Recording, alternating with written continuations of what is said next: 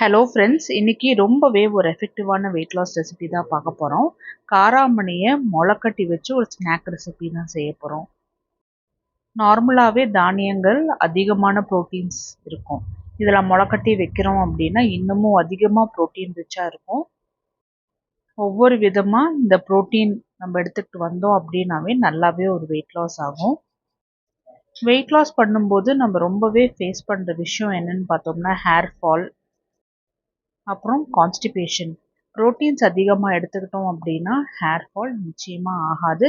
அதே போல் fibre rich content எடுத்துகிட்டு வந்தோம் அப்படின்னா கண்டிப்பாக கான்ஸ்டிபேஷனும் இருக்காது.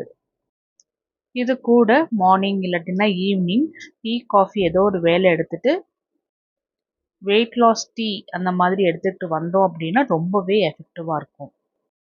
நம்ம சேனலில் இது போல் ரெசிபீஸ் இருக்குது, ட்ரை பண்ணி பாருங்கள்.